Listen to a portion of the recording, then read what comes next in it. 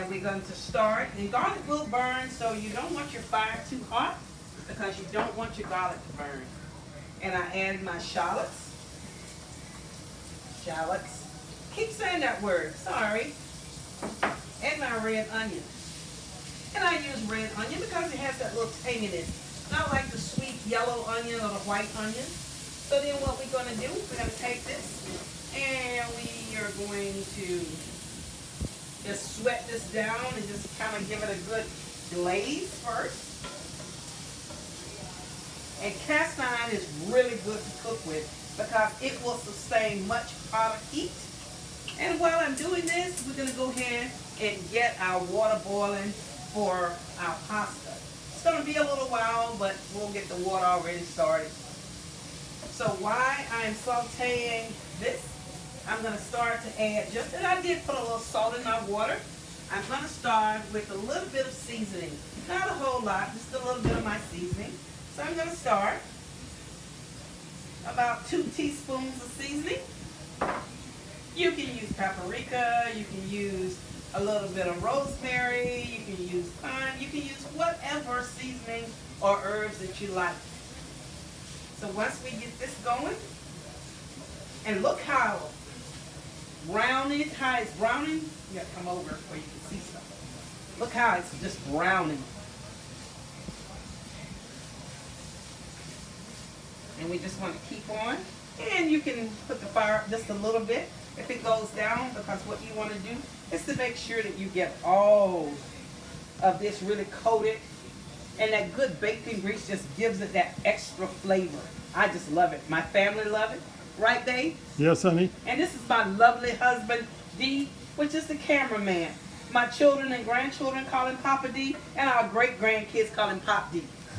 I don't know what I would do without him. I've been married to this man a long time, and been with him ever since he started his military career. Sure have. Thank you, honey. You're welcome, baby. So we finished doing this, so we get it just where it starts to cook, because it will continue to cook with all the rest of the food. So once we do that, then now I am going to put my mushrooms in and let my mushrooms just kind of saute my mushrooms down a little bit. And if they're a little bit too big, you can always take the back of the spoon or something and you can just chop them down. And you know, mushrooms will sweat, so you can go ahead and just let them in and just let them sit for a minute and just go ahead. While my water is boiling, I already have my pasta out. I'll go ahead and open my pasta so we're ready to go. And I don't know about you, but for me, while I'm cooking, I love having me a glass of wine. I love sparkling wine, especially Moscato. Whatever you like. If you don't drink, fine. If you do, have a glass of wine while you're waiting. Just enjoy what you're doing. We're getting ready for the holidays, and we're going to come back with some videos on how to decorate and just get ready. I have a huge, huge family.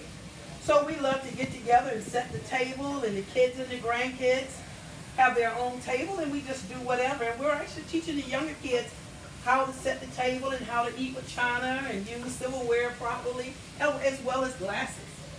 Next thing we're going to do, we're going to put our cherry tomatoes in, and this is actually spinach. It's fresh spinach. I just chopped it up a little bit, and we're going to put our spinach in. And like I said, this is continuing now. We get a nice brown and charred. It's kind of sweating down a little bit on my mushrooms. See how pretty that looks? And we just go from there. We're going to let the fire down just a little bit because, like I said, garlic will burn. And this is the reason I don't use a lot of minced garlic or prepared garlic, because whole garlic will hold up a little bit better.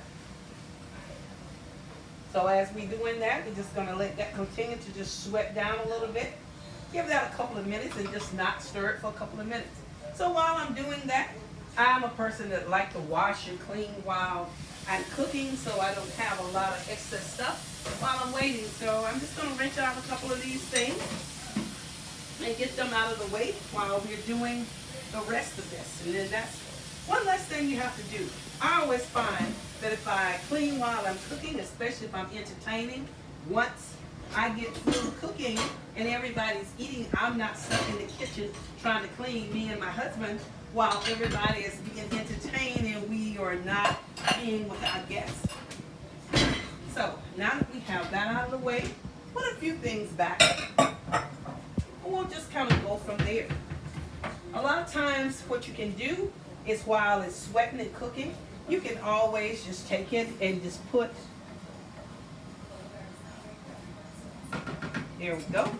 You can take it and put a lid on it. And sometimes that lid just helps it to sweat and do the things that it needs to do. There again, we're waiting on our water to replenish the boil to get ready. Once the water is ready to boil, then we'll put our pasta in. The pasta only takes, like I said, 8 to 10 minutes, so we don't want to do the pasta too early. Then what we're going to do, once we do the pasta, we're just going to put it in a colander, and we're going to go ahead and drain the pasta. Once I have the pasta and everything done, we're going to just put it right in with our food and be ready to serve it. I like different dishes, and what I'm going to do today is just use my pasta bowls. We have some pasta bowls that we got when we were in Italy, and we got a couple of them from Germany, but I'm using the ones from Italy today. And these just are authentic pasta bowls. They're deep enough to put your pasta in. If you want to cook bread, you can do Texas toast, regular garlic bread, or whatever you're going to do. Today, I'm just going to do just the pasta. My husband doesn't like a lot of bread, so therefore today we're not going to do bread. So we're just going to give it a couple of more minutes, and while we're waiting, I'm just making sure that I have everything that's ready to go. I have my wine and everything wet. But when you put the spinach in, the spinach is going to cook right away. The spinach will come out really well. And if you just wither the spinach down, you know, spinach only takes about a minute. And this is, you know, probably about a bag of spinach, or I'd say a cup and a half of spinach. So now I'm going to put my spinach in. We're going to weather my spinach down. And once we get the spinach weathered down a little bit, then we'll turn around and then we'll do the tomatoes. And then tomatoes, once we put the cream in, it's going to give it that lovely red color.